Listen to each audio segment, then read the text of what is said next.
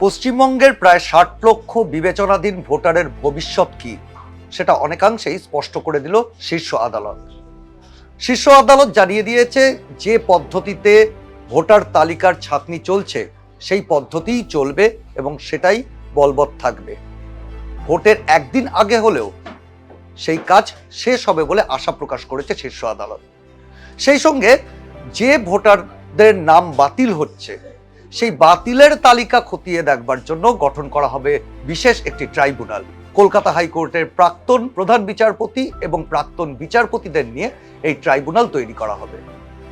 Supreme court যখন SIR প্রক্রিয়া চালিয়ে যাওয়ার নির্দেশ দিচ্ছে ঠিক তখনই রাজ্যে ভোটের সূচনা করেই দিলেন মুখ্য নির্বাচন কমিশনার জ্ঞানেশ কুমার।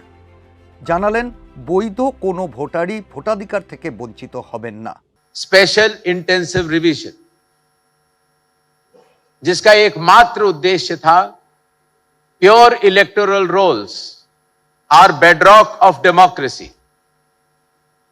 कोई भी पात्र मतदाता छूटे ना, लेकिन उसके साथ साथ कोई भी इनएलिजिबल व्यक्ति मतदाता सूची में आ न पाए।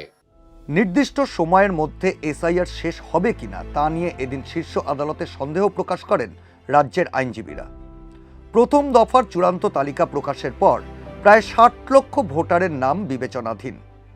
কলকাতা হাইকোর্টের প্রধান বিচারপতির দেওয়া তথ্য অনুযায়ী ৯ মার্চ সন্ধে পর্যন্ত প্রায় ১০ লক্ষ বিবেচনাধীন কেসের নিষ্পত্তি হয়েছে। তা নিয়ে অতিরিক্ত তালিকা প্রকাশের আবেদন জানায় রাজ্য। তা কখন প্রকাশ করা হবে সে সিদ্ধান্ত কলকাতা হাইকোর্টের ওপরই ছেড়েছে শীর্ষ আদালত।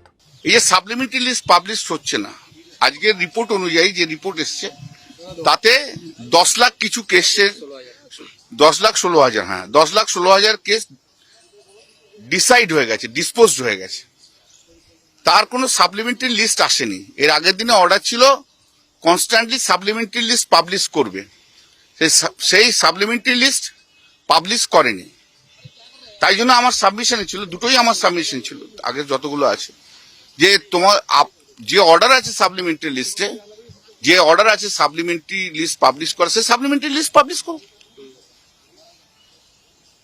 10 লাখ যদি হয় তাহলে সাপ্লিমেন্টারি লিস্ট পাবলিশ করেনি, সেটাও ইলেকশন কমিশনকে জিজ্ঞেস করেছে। সুপ্রিম কোর্টের নির্দেশে বিচারকরা যেভাবে ভোটার তালিকা সংশোধনের কাজ করছেন তার উপর পূর্ণ আস্থা রেখেছে প্রধান বিচারপতির বেঞ্চ। উল্টে এই বিচারকদের কাজ নিয়ে যে কোনো ধরনের প্রশ্ন তোলা যাবে না সেটাও সাফ জানিয়ে দিয়েছে আদালত।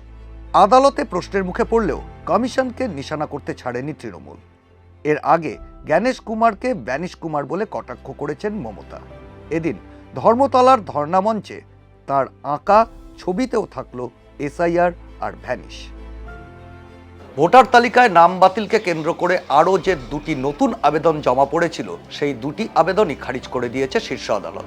শীর্ষ আদালত এবং নির্বাচন কমিশনের বক্তব্যে একটা বিষয় স্পষ্ট, এসআইআর প্রক্রিয়া কোনো ধরনের নিয়মের কোনো পরিবর্তন হচ্ছে না।